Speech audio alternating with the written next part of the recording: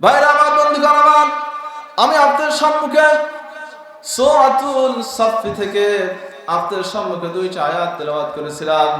আল্লাহ পাক রব্বুল আলামিন আয়াতে বলছেন, মহান রাসূলুল্লাহ সাল্লাল্লাহু আলাইহি ওয়াসাল্লাম বলছেন, ইয়া আইয়ুহাল্লাযীনা আমানু হাল আদুল্লুকুম আলা তিজারাতিন তুনজিকুম মিন আযাবিন আলীম। আল্লাহ পাক রব্বুল আলামিন বলছেন, হে ঈমানদারেরা, হে বিশ্বাসীগণ, আমি তোমাদেরকে কি এমন একটা ব্যবসার সন্ধান দেব না যে ব্যবসা করলে তোমাদের জীবন থেকে জাহান্নামের যে আযাবের কথা বলা হয়েছে, এই জাহান্নামের আযাব থেকে তোমরা বেঁচে থাকতে পারবে। তুমিনুনা বিল্লাহি ওয়া রাসূলিহি ওয়া তুজাহিদুনা ফি সাবিলিল্লাহ যালিকুম খায়রুল লাকুম ইন কুনতুম তা'লামুন। এরপর আল্লাহ তাআলা বলছেন, তুমিনুনা বিল্লাহি ওয়া রাসূলিহি, আল্লাহ এবং রাসূলের প্রতি বিশ্বাস স্থাপন করে অনুগত করতে হবে। ওয়া তুজাহিদুনা ফি সাবিলিল্লাহ, এবং আল্লাহর রাস্তায় জান এবং মাল দিতে হবে এবং জিহাদ করতে হবে। বিআমওয়ালিকুম ওয়া আনফুসিকুম যালিকুম খায়রুল লাকুম ইন কুনতুম তা'লামুন, যদি তোমরা বুঝতে পারো এটা তোমাদের জন্য কল্যাণকর হবে। তাহলে আল্লাহ পাক রব্বুল আলামিন আমাদেরকে প্রথমেই বললেন, আমি তোমাদেরকে এমন একটা ব্যবসার কথা বলবো যে ব্যবসা করলে তোমাদের জাহান্নামে যে শাস্তির কথা বলা হয়েছে, এই শাস্তির থেকে তোমরা বেঁচে থাকবে। এখন ব্যবসাটা কি, এইটা আমাদের বুঝতে হবে যে ব্যবসাটা কি। আমরা ব্যবসা বলতে বুঝি আমাদের বাস্তবিক জীবনে আমাদের সম্পদ, এরপর আমাদের শ্রম, আমাদের মেধা, আমাদের সমস্ত কিছু কাজে লাগানোর পর আমরা ব্যবসায় উন্নতি করতে পারি। কি বলেন? আমার কথা কি বুঝতে পারছেন? আমাদের ব্যবসা হচ্ছে এই, আমাদের প্রথমে হচ্ছে মূলধন খাটাইতে হয়, তারপরে তার থেকে আবার আমরা লাভ পাই। এই তো ব্যবসা। আর তার জন্য আমাদের সম্পদ লাগে, মেধা লাগে, শ্রম লাগে।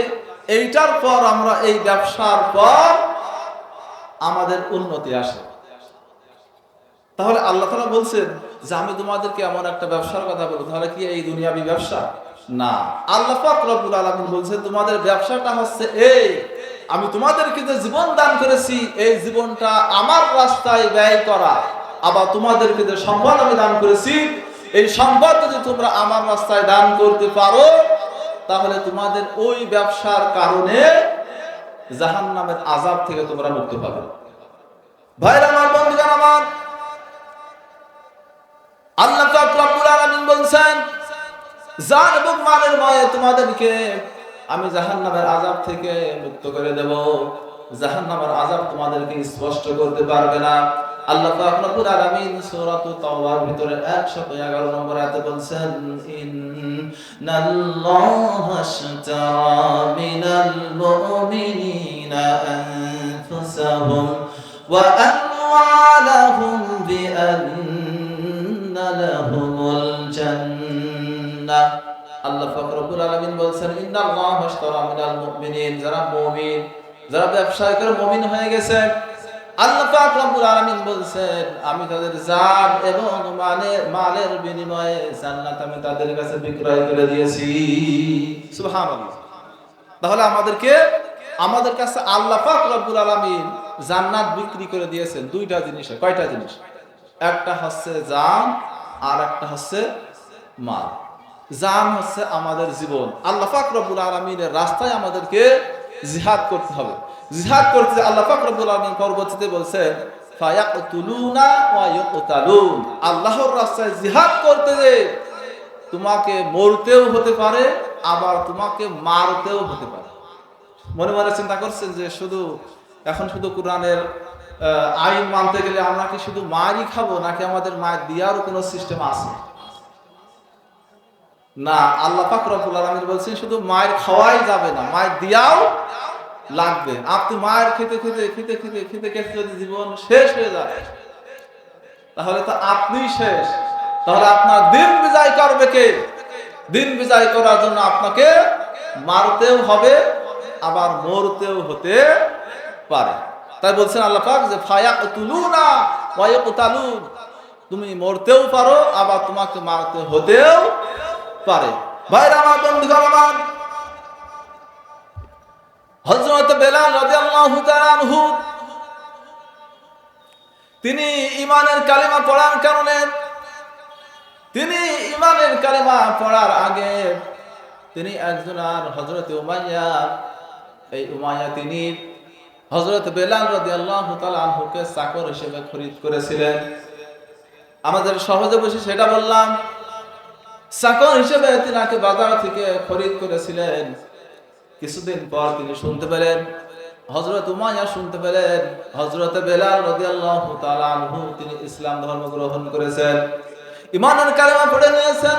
লা ইলাহা ইল্লাল্লাহু মুহাম্মাদুর রাসূলুল্লাহ, আশহাদু আল্লা ইলাহা ইল্লাল্লাহু ওয়া আশহাদু আন্না মুহাম্মাদান আবদুহু ওয়া রাসূলুহু।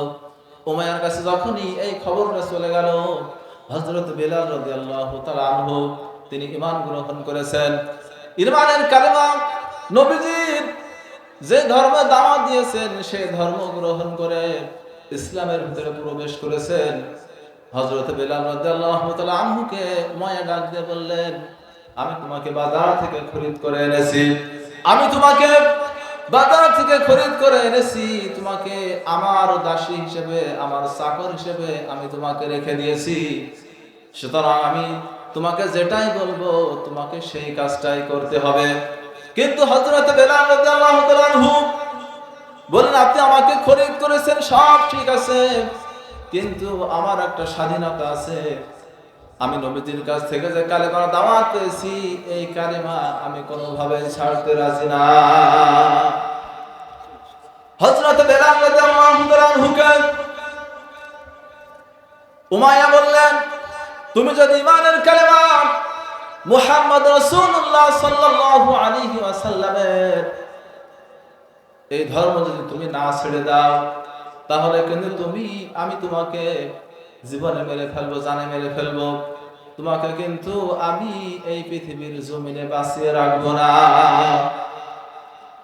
হযরত বেলাল রাদিয়াল্লাহু তাআলা আনহু বললেন, হে উমাইয়া, তুমি যে ভয় দেখাও না কেন, আমি যে কালিমা পড়ে নিয়েছি, তুমি আমাকে যদি কেটে কেটে টুকরা টুকরা করে নদীতেও ভাসিয়ে দাও, তাহলেও আমি এই ঈমানের কালিমা ছাড়ব না। হযরত বেলাল রাদিয়াল্লাহু তাআলা আনহুকে ধরে নিয়ে গিয়ে, বেলাল রাদিয়াল্লাহু তাআলা আনহুকে ধরে নিয়ে গিয়ে একটি জেলখানার মধ্যে চারখানা খাঁচার ভিতরে ঢুকাই দিল।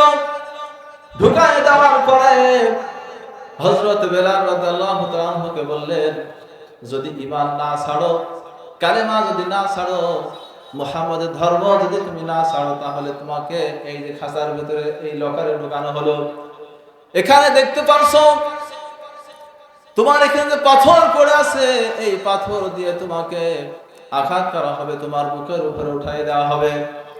হযরত বেলাল রাদিয়াল্লাহু তাআলা আনহু তিনি বললেন, আপনি আমাকে যতই শাস্তি দেন না কেন, যতই নির্যাতনের ইস্তিমরার চালান না কেন, আমি ঈমানের কালিমা কখনোই ছাড়তে রাজি না। উমাইয়া বলল, হে বেলাল, আমি তোমাকে যে দাওয়াত দিয়েছি কালেমা ছেড়ে দাও। উমাইয়া বলল, না, আমি ছাড়তে পারি না, আমি আত্তাকুল্লাহ, আল্লাহ রাব্বুল আলামিনকে ভয় করি, পৃথিবীর কাউকে আমি ভয় করি না, শুধুমাত্র কেবলমাত্র আমি ওই রবকেই ভয় করি যিনি আমাকে জীবন দিয়েছেন, মৃত্যুর মালিক যিনি, আমি শুধু তাকেই ভয় করি, বাকি অন্য কারো কথা আমি কোনো গোলামি করতে রাজি না। সুতরাং আমি ঈমানের কালেমা লা ইলাহা ইল্লাল্লাহ এই শব্দটাও আমি ছাড়ব না। উমাইয়া বললেন, তাহলে আমার মতো খারাপ আর কেউ হবে না, তুমি একটু অপেক্ষা করো। তার সাঙ্গ ফাঙ্গ যারা ছিল তাদেরকে বলে দিল, যাও ওই বড় বড় পাথরগুলো উঠায় নিয়ে আসেন, হযরত বেলাল রাদিয়াল্লাহু তাআলা আনহুর বুকের উপরে উঠায় দাও। বুকের উপরে উঠায় দেওয়া হলো। হযরত বেলাল রাদিয়াল্লাহু তাআলা আনহুকে বলল, এখন বলো যে শাস্তি পাচ্ছ, এই শাস্তি থেকে তোমাকে নিস্তার পেতে হলে তোমাকে অবশ্যই ঈমানের কালেমা ছাড়তে হবে না, অথবা তোমাকে এই শাস্তি নিষেধ করা হবে না। ভাইরা আমার, বন্ধুগণ আমার, হযরত বেলাল রাদিয়াল্লাহু তাআলা আনহু তিনি বললেন যে আমাকে যত শাস্তি দেওয়া হোক না কেন, আমি কখনোই ঈমানের কালেমা ছাড়তে রাজি না। এবার কি করলেন? এবার উমাইয়া হযরত বেলাল রাদিয়াল্লাহু তাআলা আনহুর বুকের উপরে উঠে বসে বললেন, যেমন করে কলারটা ধরে এমন করে টান দিলেন, টান দিয়ে বললেন, এবার তোমাকে কে বাঁচাবে? এরপরে বললেন, এখনো সময় আছে, যদি ঈমানের কালেমা লা ইলাহা ইল্লাল্লাহ যদি ছেড়ে দাও, তাহলে আমি তোমাকে এই শাস্তি থেকে আমি ছেড়ে দেব। হযরত বেলাল রাদিয়াল্লাহু তাআলা আনহু বললেন, হে হযরত বেলাল রাদিয়াল্লাহু তাআলা আনহু বললেন, হে উমাইয়া, আমি তোমাকে একেবারে ছেড়ে দেব যদি ঈমানের কালেমা ছেড়ে দাও। হযরত বেলাল রাদিয়াল্লাহু তাআলা আনহু বললেন, হে উমাইয়া, আমার জীবন চলে যাবে তবুও আমি ঈমানের কালেমা লা ইলাহা ইল্লাল্লাহ ছাড়ব না। এরপর হযরত বেলাল রাদিয়াল্লাহু তাআলা আনহুকে বাম হাত দিয়ে জিহ্বাটা টেনে ধরে বলল, এরপরে জিহ্বাতে খুঁচাতে লাগলো। রক্ত ফিমকি দিয়ে উমাইয়ার সমস্ত শরীর ভিজে গেল। তারপরেও নারায়ে তাকবীর, নারায়ে তাকবীর। আবু যার গিফারীর আগমন, শুভেচ্ছা স্বাগতম জালালপুরের পক্ষ থেকে। নারায়ে তাকবীর। আলহামদুলিল্লাহ।